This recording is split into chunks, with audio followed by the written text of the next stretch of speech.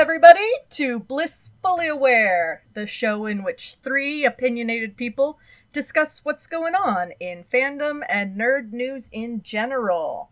I am Bliss, and as always, I'm joined by my two lovely co-hosts, Kelty and Kendra. Hello. I don't want to be here today. I don't want to do this one. I don't want to talk about what we have to talk about. This one was bad. This one was ugly.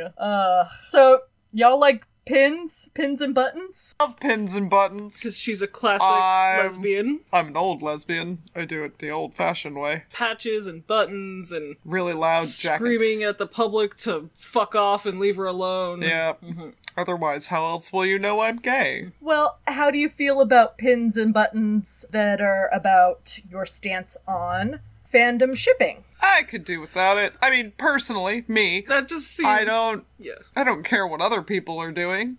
That's just so niche. I don't need a pin for it. Yeah, I don't have pins, so maybe this is lost on me. But I wouldn't get one, let's say.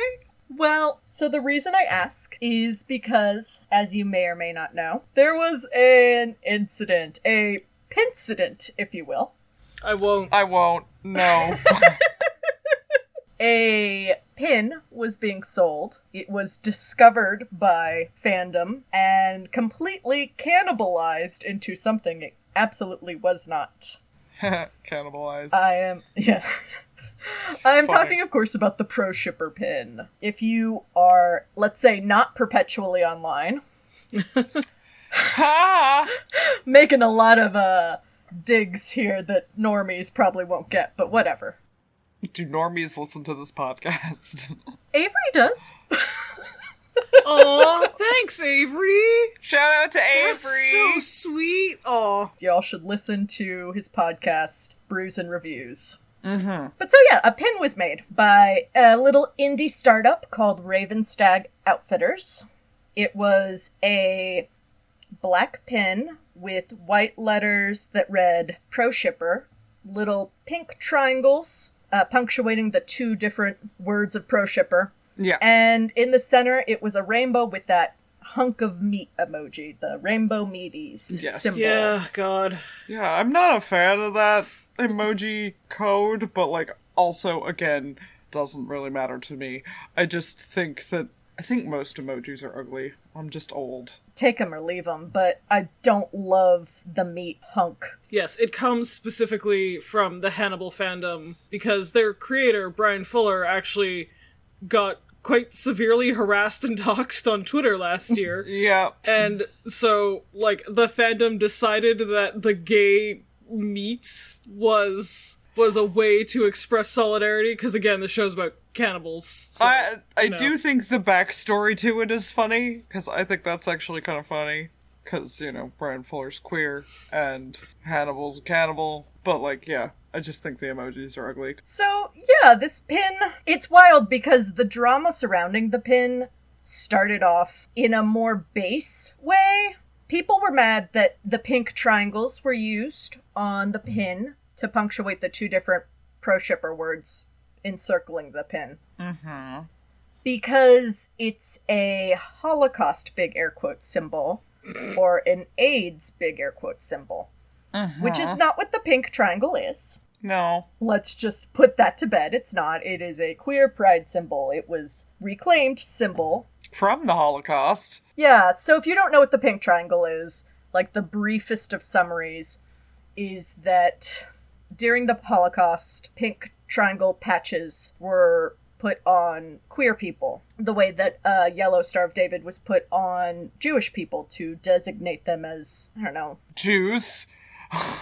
Yeah, as whatever they were, whatever micro group that offended the Germans. Mm-hmm. There were a lot. So in 1972, gay Catholic, mind you, gay Catholic concentration camp survivor Heinz Herger wrote a memoir called The Men with the Pink Triangle. And that brought to light that symbol because queer issues weren't, super widespread at the time. This was pre-AIDS. So it was still something that we kind of kept in the closet a little bit when it came to public recognition of queer people.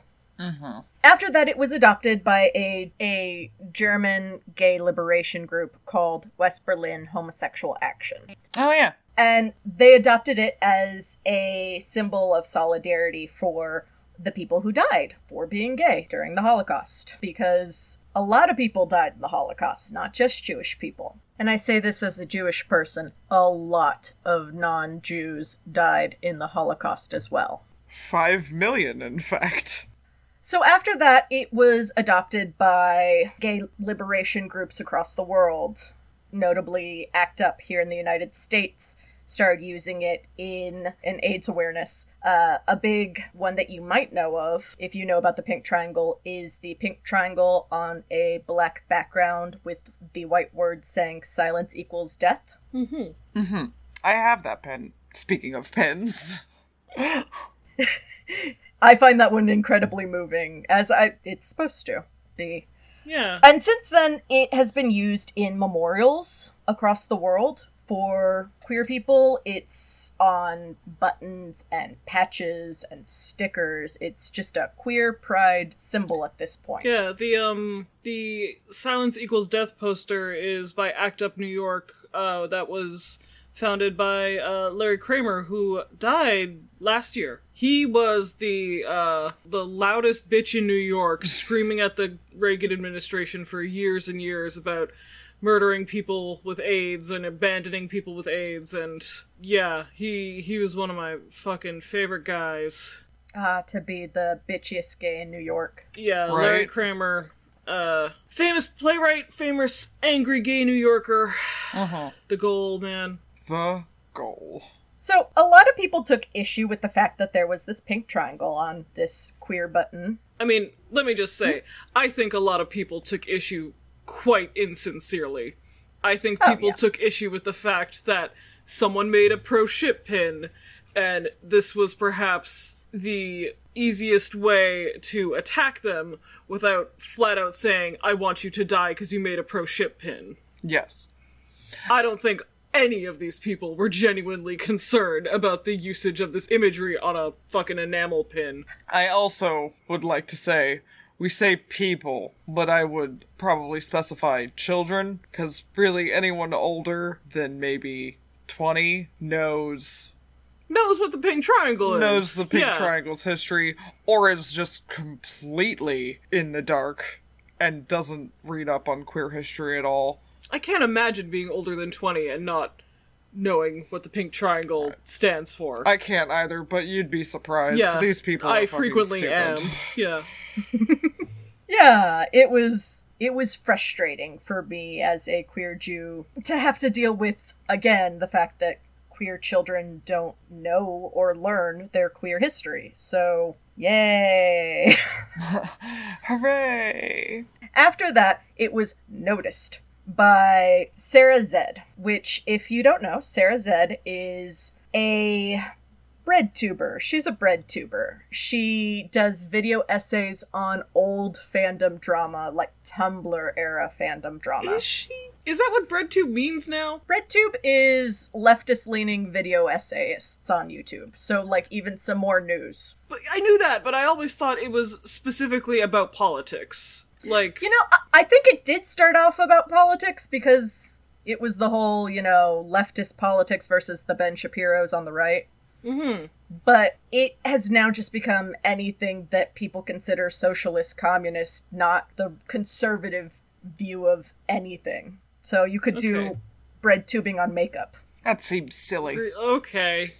Because, like, I would have considered, some more news and Thought Slime and, maybe even Dan Olson, Breadtube, ContraPoints, too. But, I wouldn't have called Sarah Zed Breadtube because her content is just about dumb, petty fandom drama from 10 years ago. Yeah, if I was going to say what breadtube was, it would not include most of the people who weighed in on this drama. But it has expanded its reach, let's say. Yeah. Boy, did it. Yeah.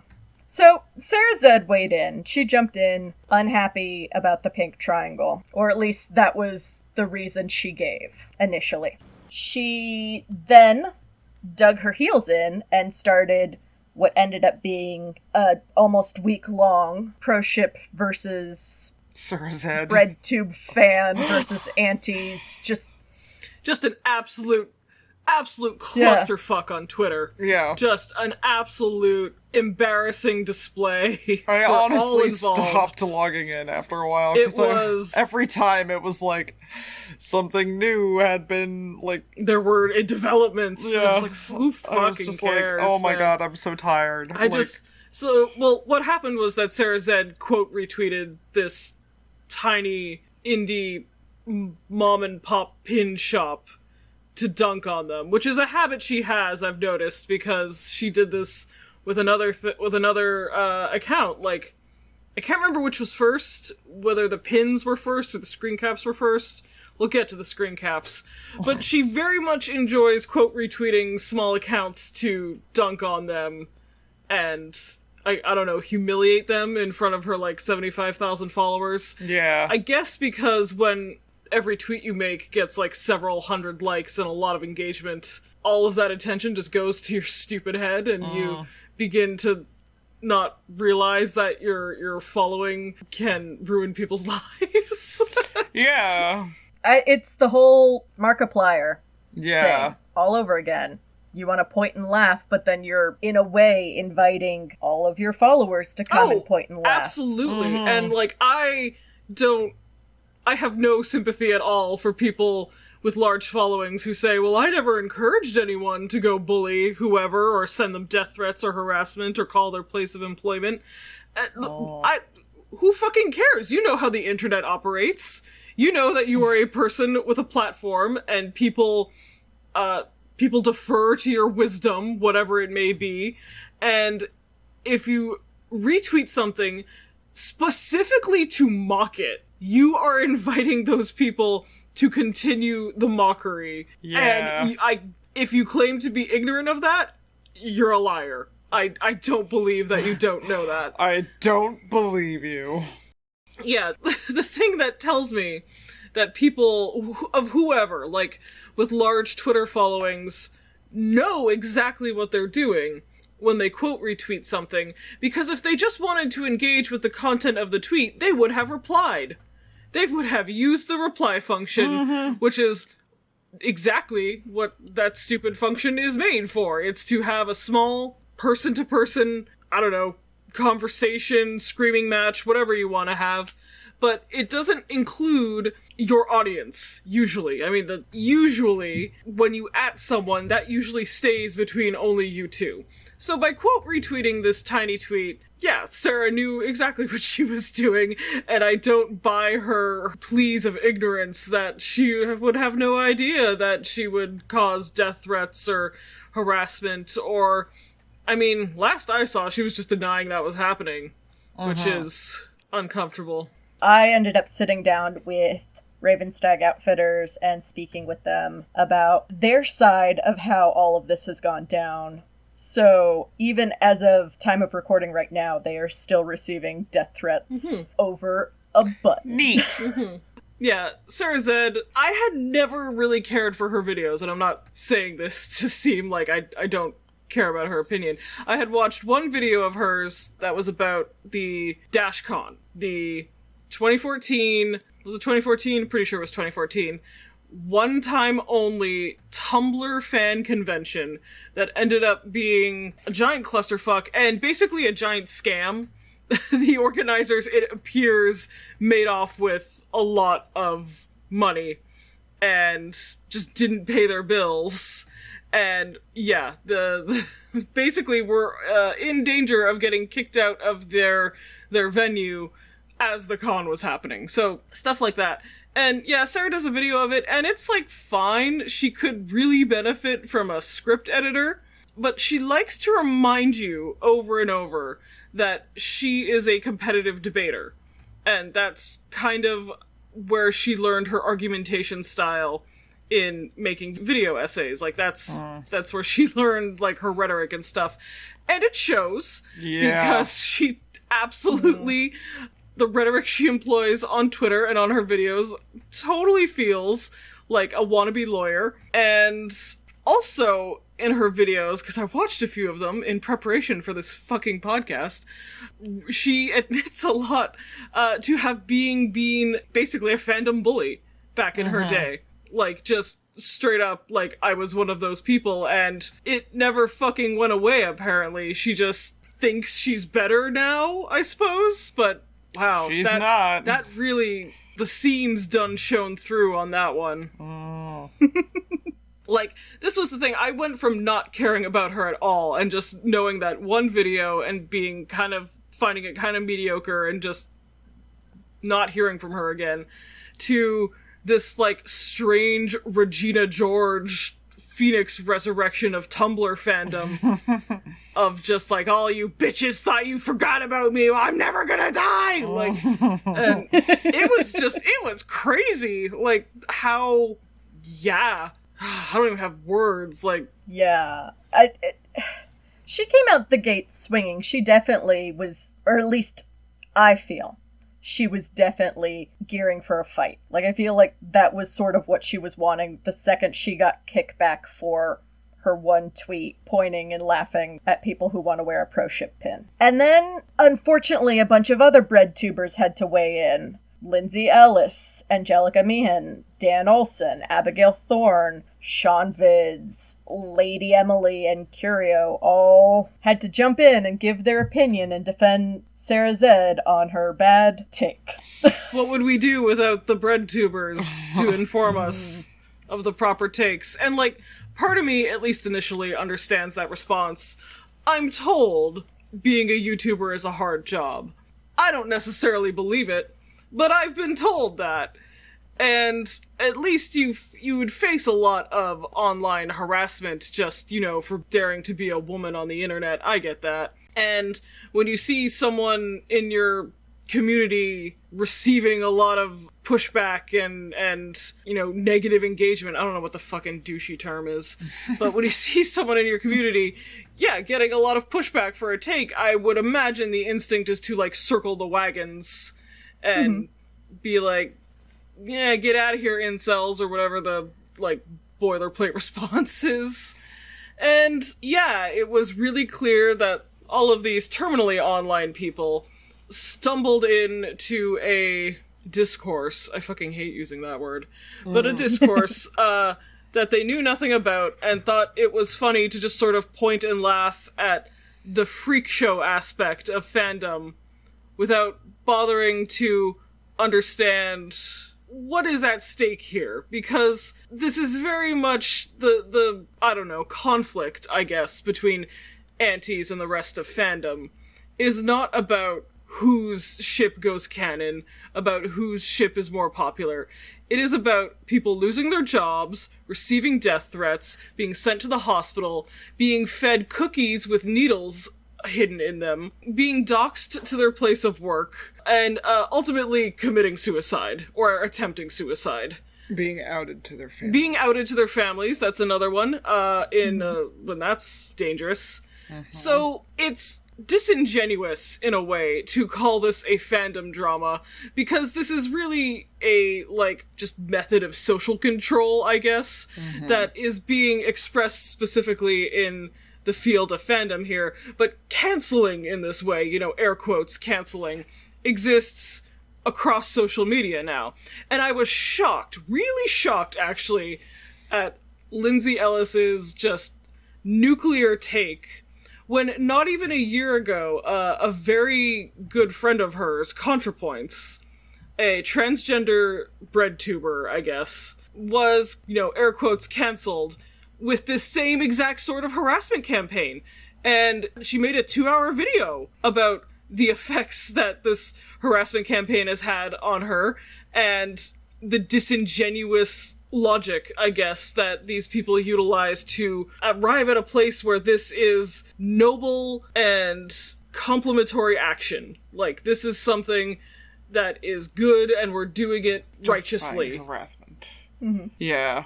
I thought that too. Because that's why when she first said something, I was like, I'm gonna give her a minute, because she doesn't know the whole story, and I feel like once she learns the story, she's gonna backtrack on that.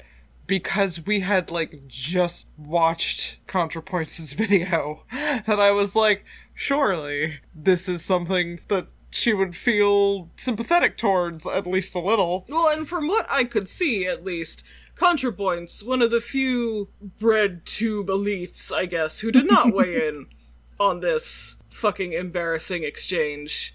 And that speaks volumes to me. It does. I thought so too.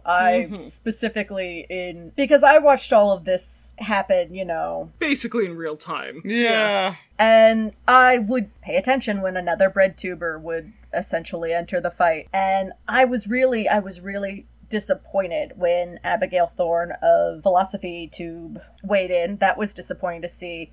And I kept my fingers crossed, and yeah, ContraPoints did not come in, and I thought that was incredibly telling. In a good way on her end. Oh, yes. Absolutely. Oh, yeah. Yes. Definitely. Because, again, I don't know. I guess it's just because when you're at a point where your career is monetizing your thoughts for other people's consumption, maybe you just get to a point where you're like, I gotta weigh in on everything. Even stuff I don't know about. Because that's sure what happened. It's like, wow, none of these people's contributions were necessary for this it's not even a discussion, for this harassment of this tiny company.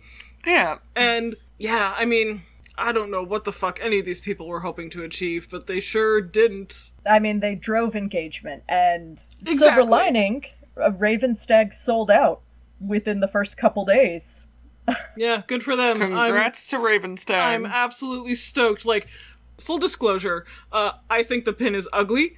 I would not wear it. But Same. Nothing about it offends me as a queer person. That queer people, actually, are allowed to use queer imagery any fucking way they want. It doesn't have to be for a movement or, a moral stance. I don't need the Queer Council's permission to put pink triangles on everything if I felt like it. Yeah. I don't actually need to go and get Sarah Zed's permission to put pink triangles on all of my shit. I could give a fuck what she thinks about whether or not I'm tacky in my queerness. Fuck you, Sarah Zed! I fucking had a thong with a pink triangle on it. Fucking fight me, Sarah Zed.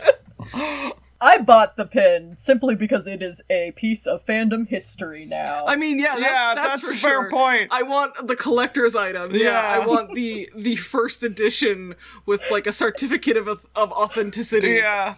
Well, like I said, like, I went on their site, because, like, I didn't really care for the pin either. It's just a bit loud for me. But I went through their stuff because I wanted to see if there was anything else, because I wanted to support them, because I was like, well, they're still cool. Like, I still want to do something. You love pins! I do love pins. So yeah, I do have them bookmarked, because they didn't have anything in stock at the moment that I wanted, but I have them bookmarked so that next time they restock on anything that I want, I'm coming for it. Mm-hmm. They have plans for a bunch of stuff. Like, keep an eye out. Good for them. I hope they get a pin that's like, I survived the pro ship pin wars. My god, they should! Not even, just like a pin that says fuck Sarah Zed. Or just thanks Sarah Zed with, like, dollar signs. Yeah.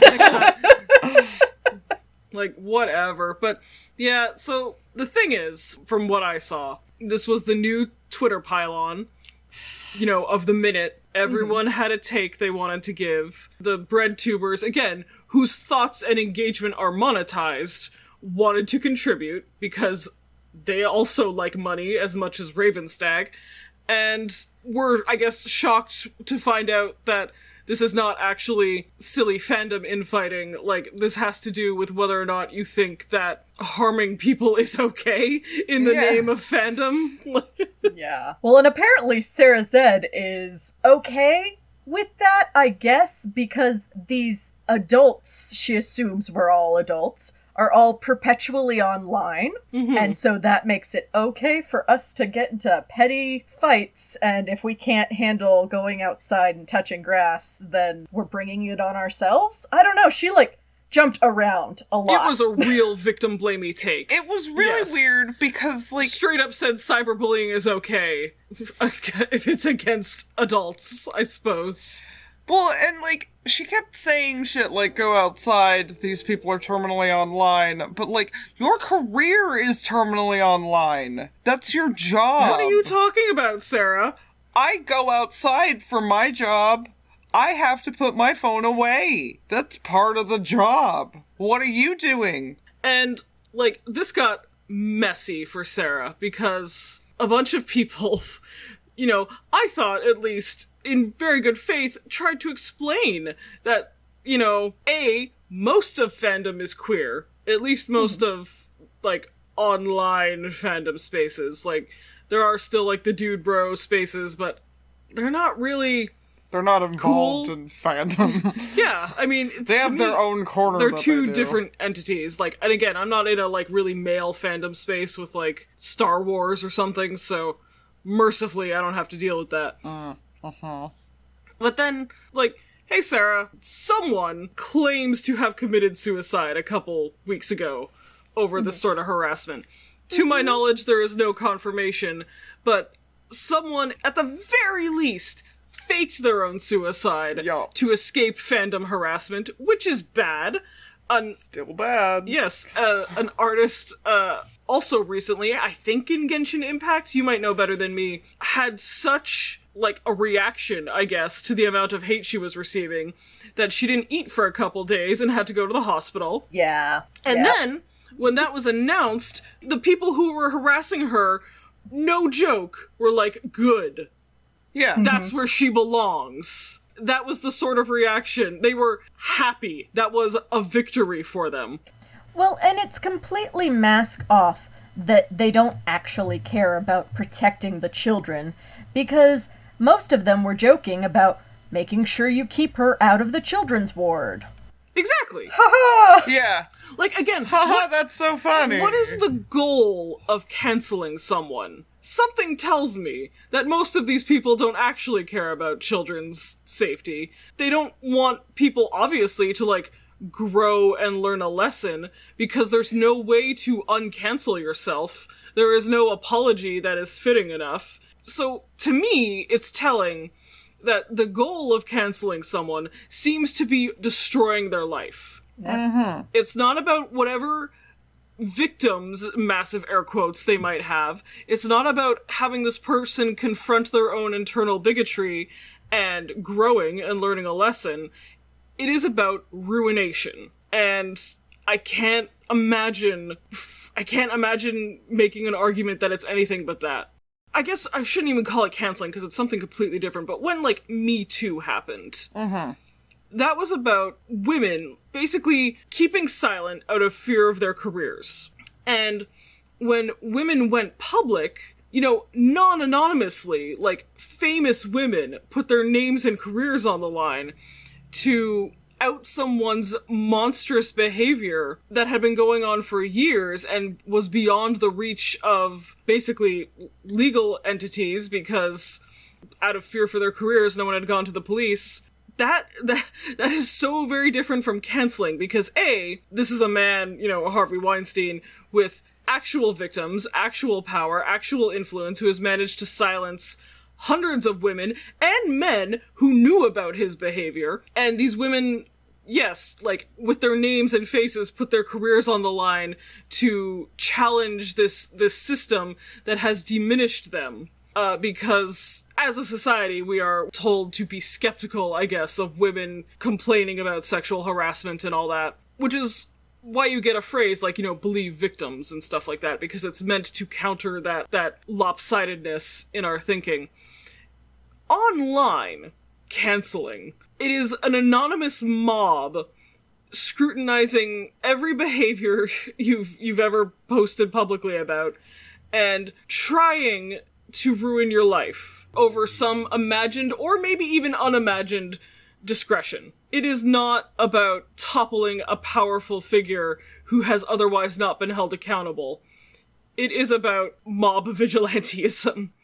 And, like, ContraPoint's, I'm going to just quote straight from ContraPoint's video about what Twitter cancellation is. Like, it's basically a presumption of guilt, like believe victims, which gets turned into victims are never wrong and victims are never liars. And that following this presumption of guilt, you have an essentialism which sort of takes place. So if you have an accusation like so-and-so abused their partner, very quickly, like instantaneously on Twitter, that turns into so-and-so is abusive and so-and-so is manipulative. And rather than condemning or critiquing someone's behavior, we are now condemning and critiquing that person.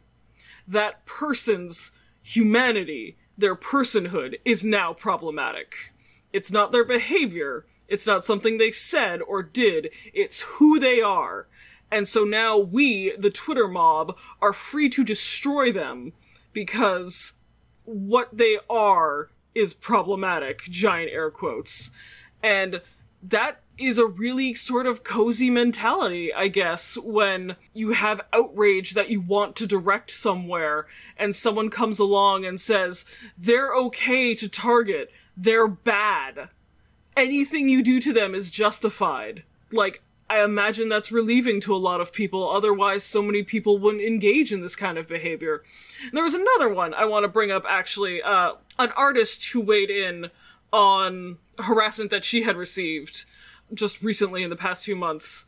Their Twitter name is The Slowest Henry. I don't know, it's like Hnery. They played the Hades game. The, famous Hades game that everyone is playing right now. The Minotaur is a character in it, like the Greek historical mythological Minotaur. Oh, I love that artist.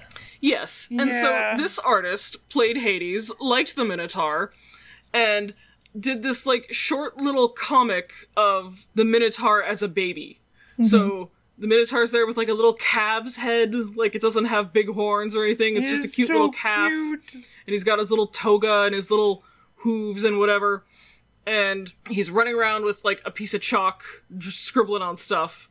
And there's, like, one panel in this little comic where the Minotaur baby, as babies do, looks at the chalk in his hand and is like, can I eat it? And so he tries to eat it, and then, like, the next panel is him, like, making a gross face and, like, holding it away. He's like, bleh, it tastes bad. So Tumblr and Twitter decided that that was pedophilic subtext.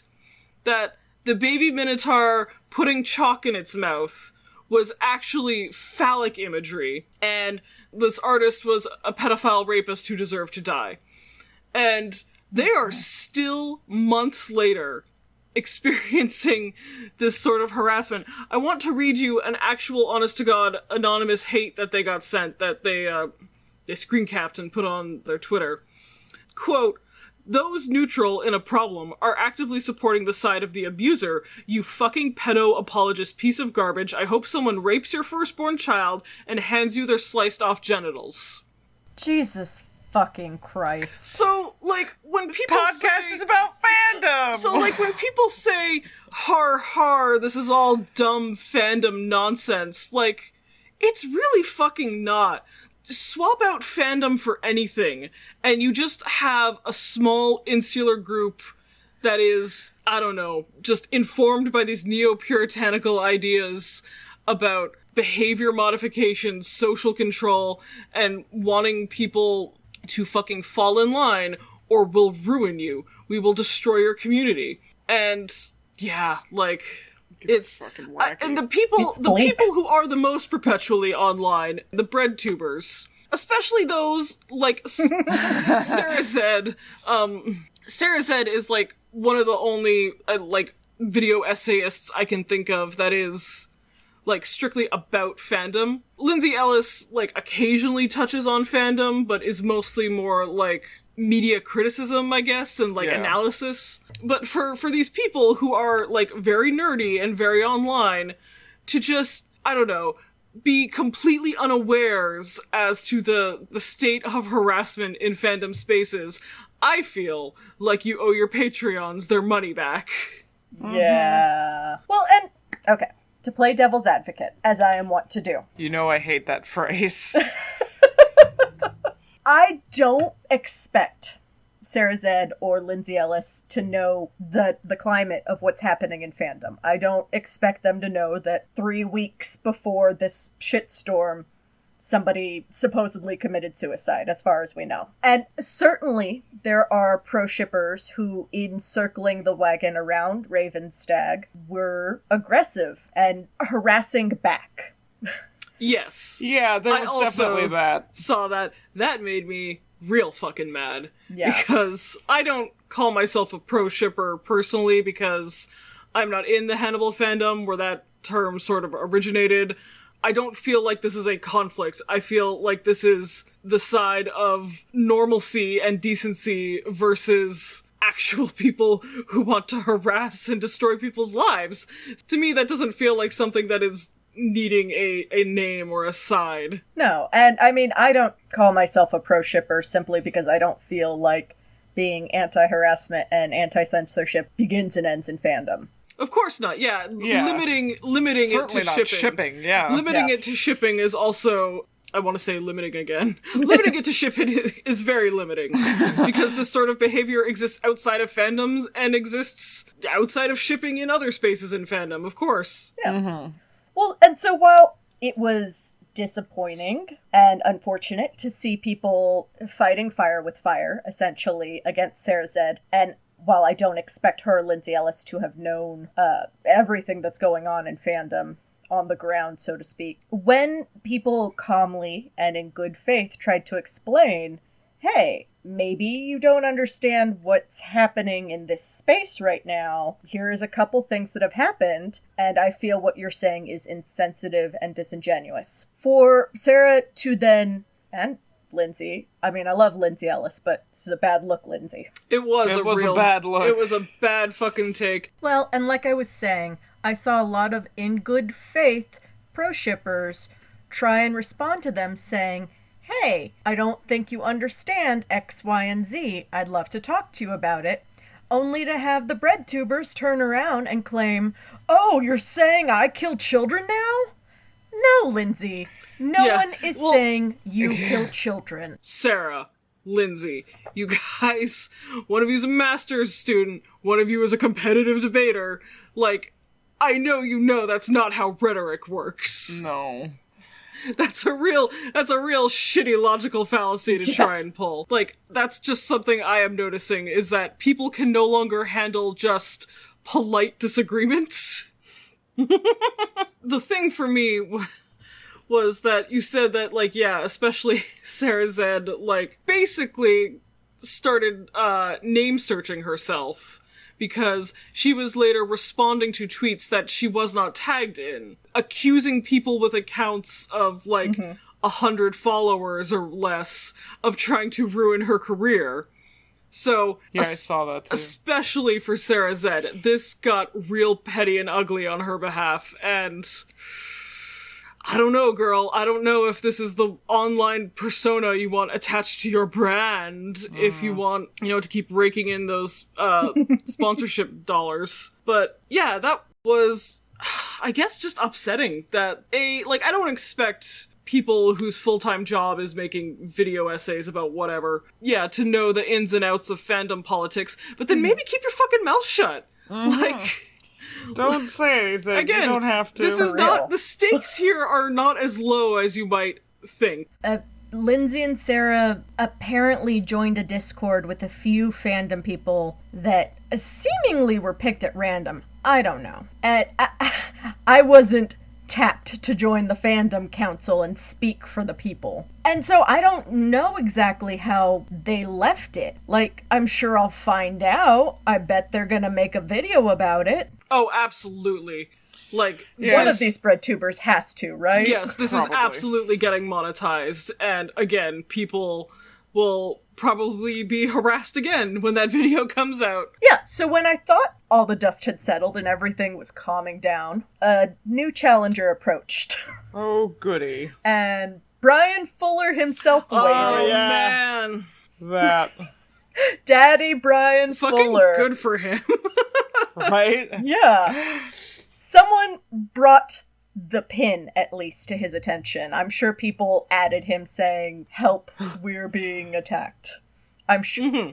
I didn't see anybody specifically that I follow, but whatever. I don't care, nor do I blame them. Brian is such a genuine supporter of his fan base. It's so endearing. And he waited. He bought socks and stickers and a bag. He declared himself a pro shipper and said, "I have been a pro shipper since essentially the one queer ship from Deep Space Nine." Yeah. He posted a GIF of him. Because, again, it is telling to me that all of these white cis breadtubers came out real hard against the queer community, and specifically a fandom where the showrunner is an older queer man, and asked basically for the queer community to disavow him and other older queer people because they were using a symbol that is theirs to use. Yeah. It also should be stated that in the listing, the pen is a queer pride pen, and also for pro shipping. Like, it's by queers for queers, and a lot of these people are like, it was telling that so many people seem to envision, when they think of a pro shipper, a cis, straight, white woman, and no one else. This is not my experience, but I know for a fact that a lot of people come to terms with their queerness, at least in part, through fandom. And I don't think that that's sad or embarrassing or lame or cringy. I think that that's perfectly fine. And if someone wants to honor that part of their journey, God, I fucking hate it when white people use the word journey, but here I am. If someone wants to honor that as part of their growth, as part of their experience, I don't think that that's wrong. I'm sorry, I just don't. You can put rainbows over whatever cringy shit you want, and it's your fucking right. Fandom is a space that is usually pretty queer normative. So if shipping whatever, or if being in fandom for whatever helped you come to terms with something a little more authentic about yourself, good. I don't care. Wear the fucking pin.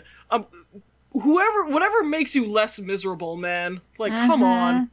It's been a fucking year, y'all. Like, buy your pro ship pin if you want it. And if you want to get a fucking enamel pen that has a rainbow and a meat shank on it with a little pink triangle in there, fucking go for it. Man, anything that'll make you happy. And that is harmless. And that's like, super harmless. Again. Yeah, it was a fucking nightmare. And as of time of recording, it seems to have finally settled a little bit, barring the fact that Ravenstag is still catching death threats. That'll probably persist for a while. People who send death threats tend to be the kind of people that perseverate. So I'm sure they'll be sitting on that for a minute, unfortunately. But I want to go ahead and cut really quick to my interview with them. So let's go!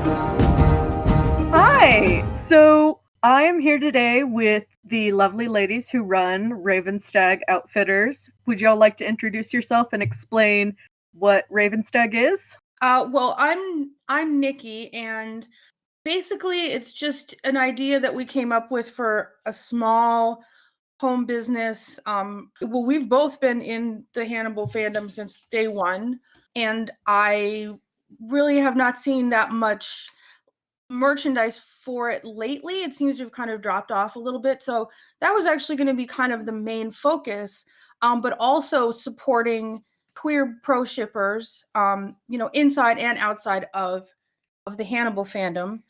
And the pro ship pin just happened to be the first one that we got back. And that's the first thing that we put up and the first thing that exploded everything. I'm Tila. I, just part of the business. I've been in the fandom as well, but more kind of just observing. I haven't, don't really participate in the shipping, but totally support the shipping. And I'm the one that puts all the pins in the bags and sends them out.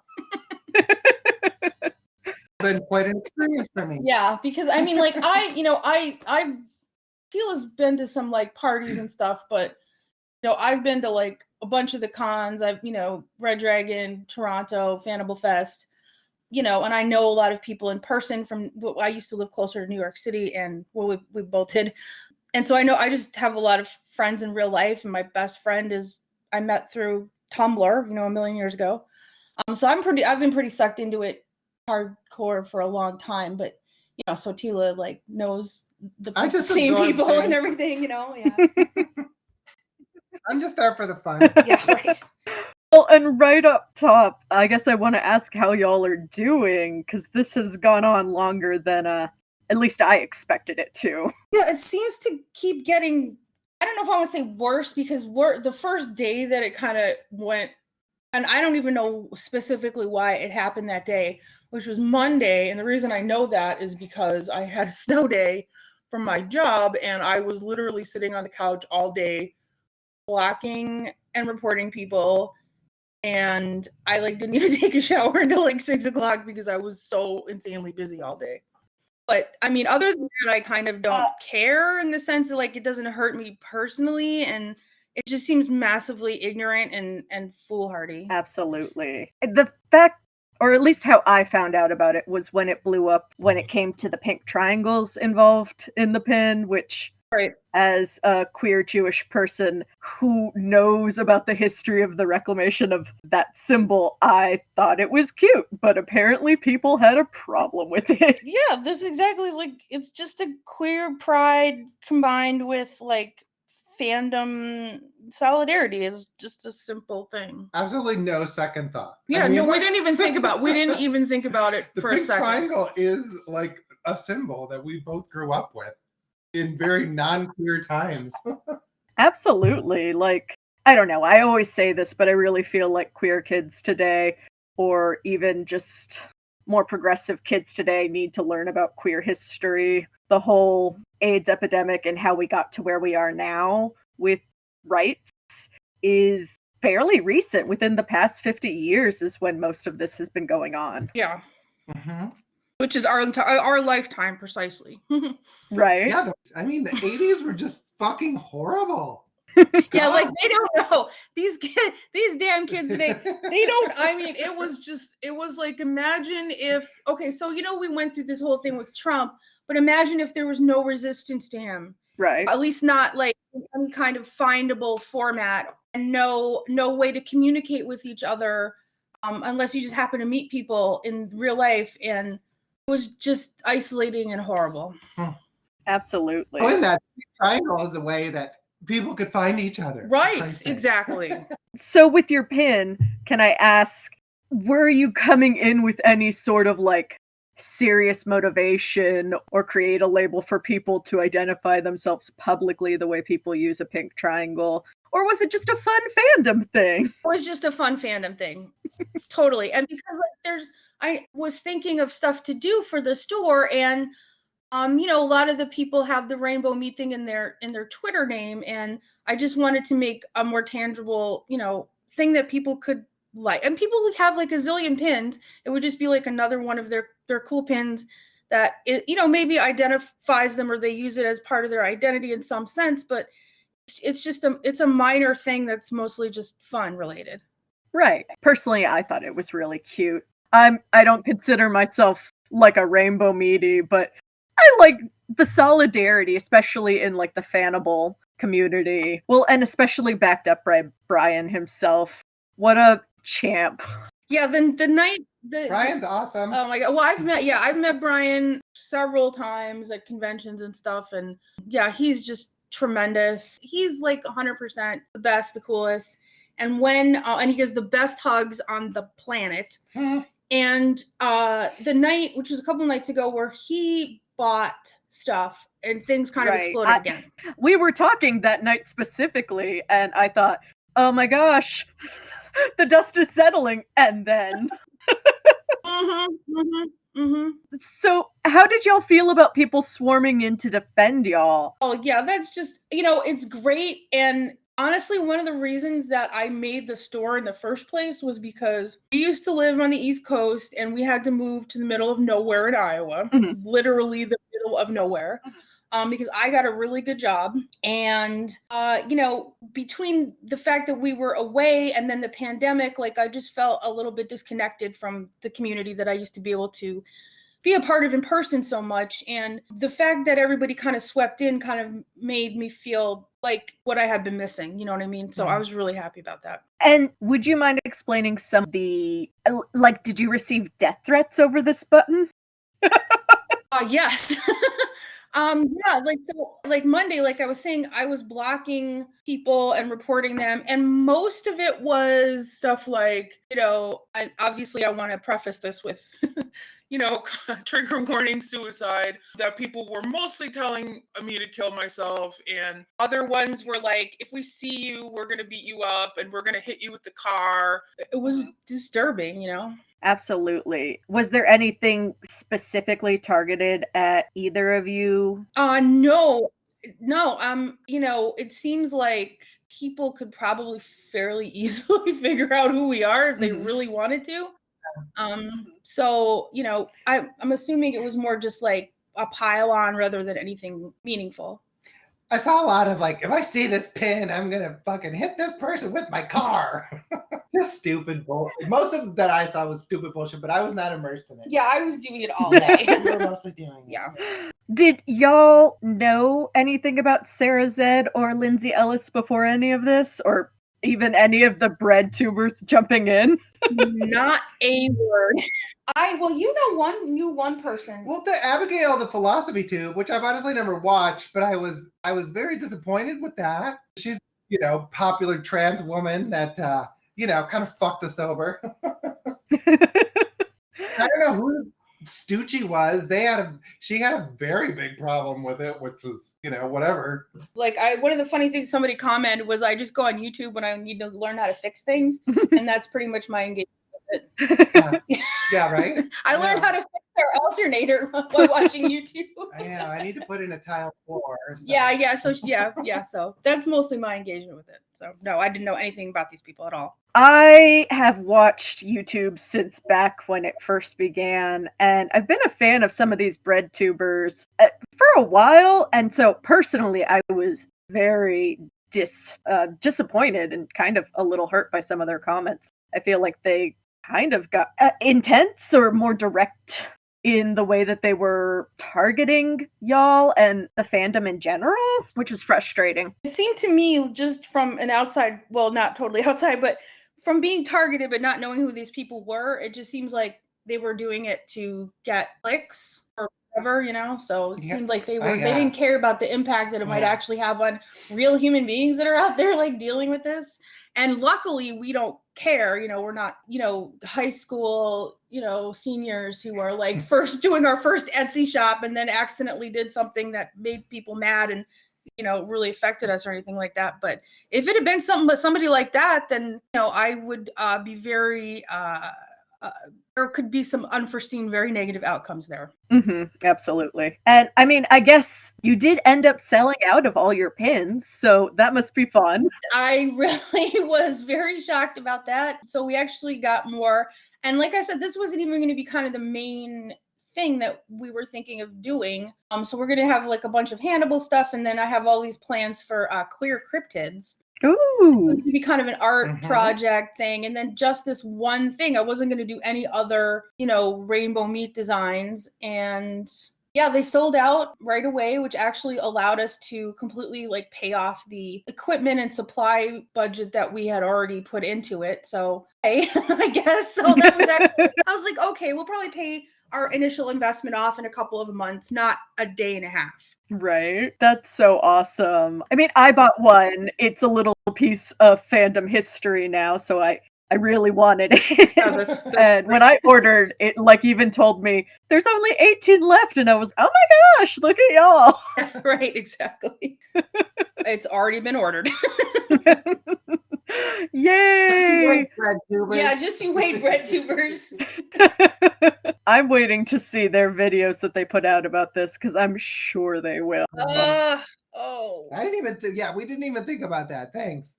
Oh, sorry. Lindsay's been like apparently collecting a list of people's responses. It's Twitter.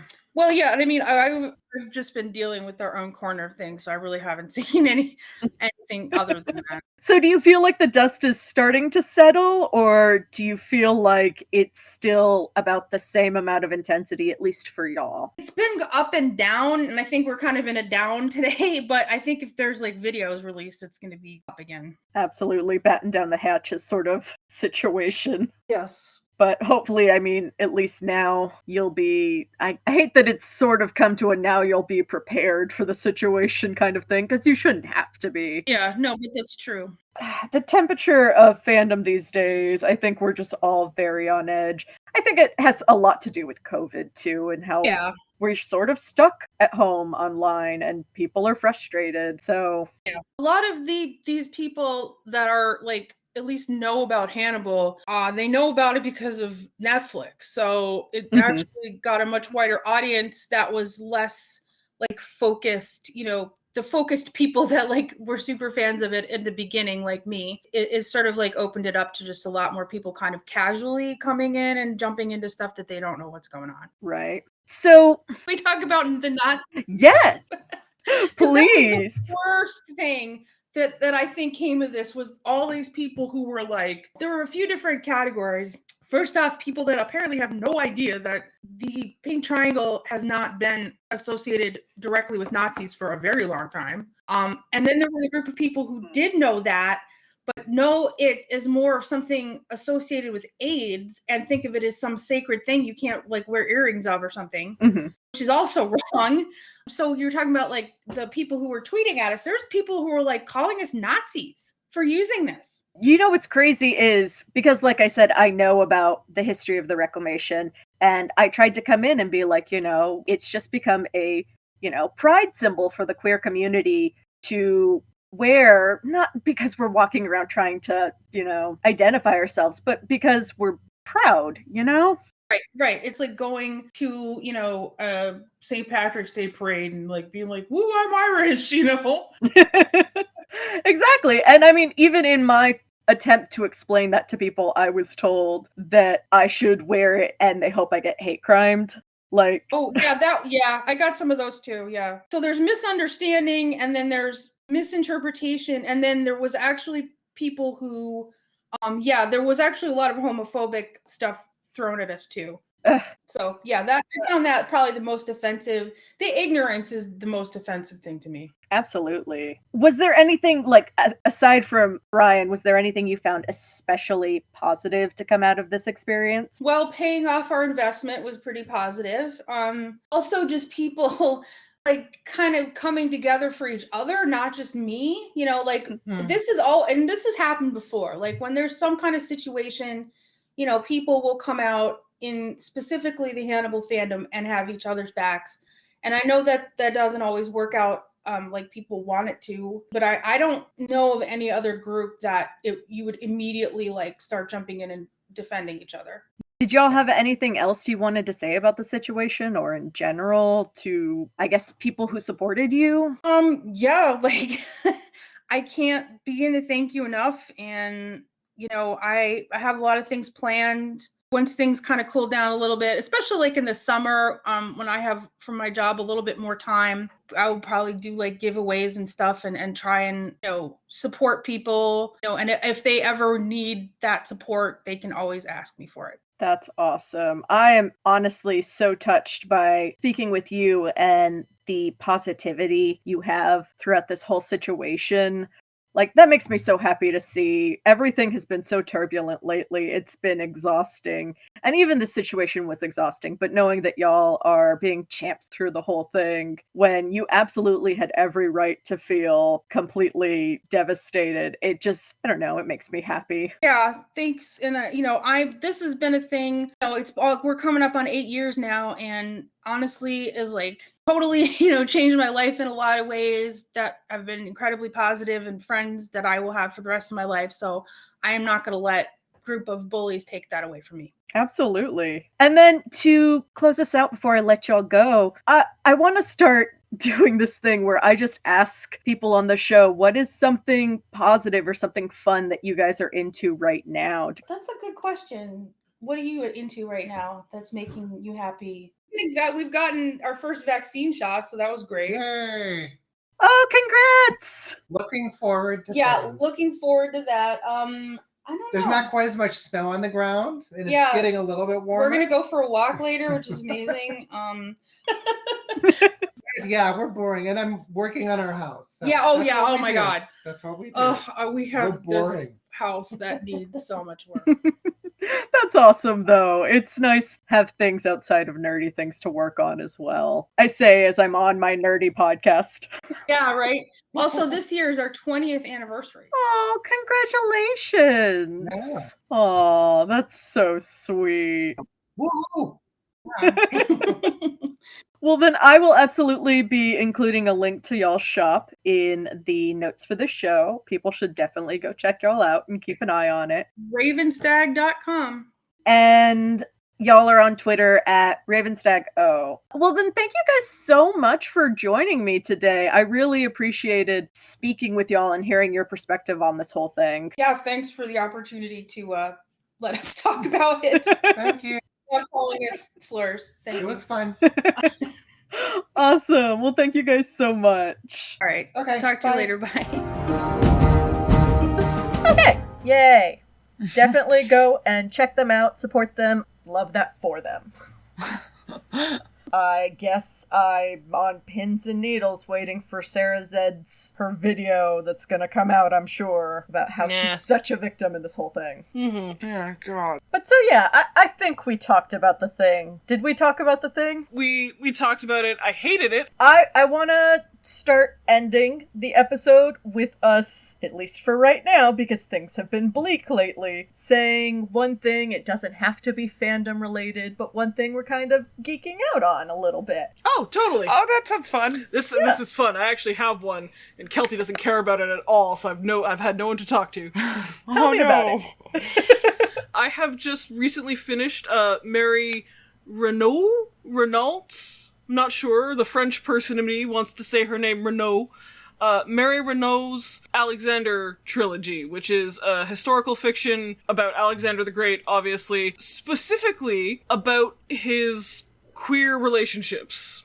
His gay lovers throughout his life, because the author was a lesbian living in the 60s when this book was written, and she's just fully written gay historical drama polyamorous fiction, and nobody told me about it. And yeah, so I loved them. I thought they were wonderful. The third book is a fucking bummer. I mean, so is the second book. Alexander the Great's life is a bit of a fucking bummer, especially for the gays. Yeah. But yeah, they're like these 70-year-old historical fiction books, and I fucking loved them, and I intend to read more of her works now. Awesome. For me, it's Black Sails, I guess. We're watching that. That's the first new thing I've had in a while, and I'm like, I mean, I know it's not new, but I never watched it. I like pirates, and I'm having fun.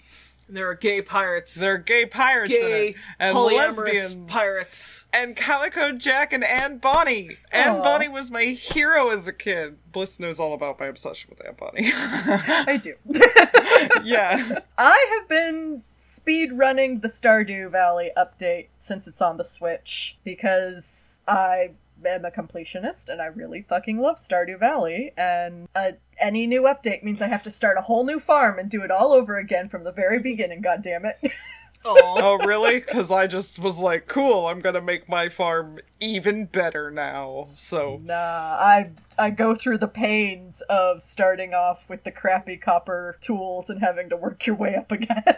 Man, every time I start a new game in Stardew Valley, I forget how shitty your tools are. Oh, that's and so I'll bad. be like, I know, I'll be like, oh yay, this is like... Oh, and Kelty has no patience. Starting a new game, yay, hooray! And then, like, I hit one tree one time and remember, and I'm like, no, I regret.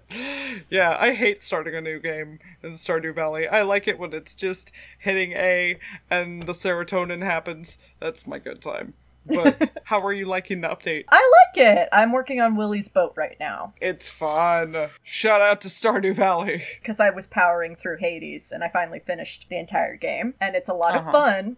but it's a lot of having to pay attention to things very acutely. Yeah. It's a roguelike, so the more calm aspect of just fishing. Yeah. That's I just been remember nice. you catching a fish for me in Stardew Valley once, and I looked over at you and you just looked so serene and peaceful, just like watching TV, waiting for it to vibrate.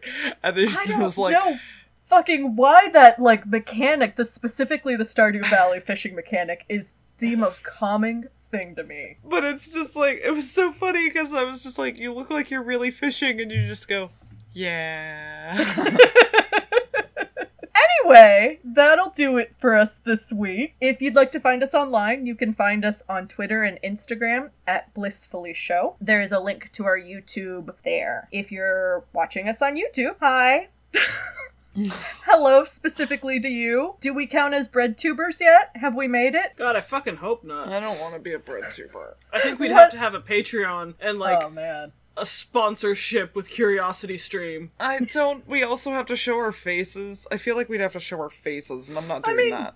Donkey doesn't show his face. Is Donkey a breadtuber? Fucking Donkey No, is a I'm pretty sure breadtuber? Donkey doesn't fit the criteria of being a breadtuber. No, I just mean, like, in general. Okay. If Donkey's a breadtuber, then Game Grumps are breadtubers. Because you said that, and, like, we earlier had to discuss what a breadtuber was, because apparently the definition has changed, and I needed to make sure it was still semi-coherent. I still think that breadtube is a stupid term for it anyway, but that's not my problem. You know where it comes from, right? No. Bread lines? No, it comes from Peter Kropotkin's book, like in 1890s, The Conquest of Bread. Oh. Oh. Mm-hmm. I just thought it was bread lines. It's one of the earliest, like, anarcho-communist texts. Oh, okay. And Oh. so, like, that's what... Again, that's why I'm a little confused, because, like, OG breadtubers were, like, anarchists and Yeah. communists and mostly talking about theory and politics, and now it's about movies and fandom, I guess. Because Yeah. everything eventually gets boiled down to its dumbest common denominator. Mm-hmm. Basically. I mean, it's gonna fucking... I'm sure gaming will bleed into it before it dies out, but... I mean, it already Until kind then. of did with Gamergate. A little bit. But yeah! Like, comment, subscribe, tell your friends, fuck Sarah Zed. We will see you next week. Alright. Bye! Bye-bye. Bye, sorry about our dog. Do better, fandom. Do better.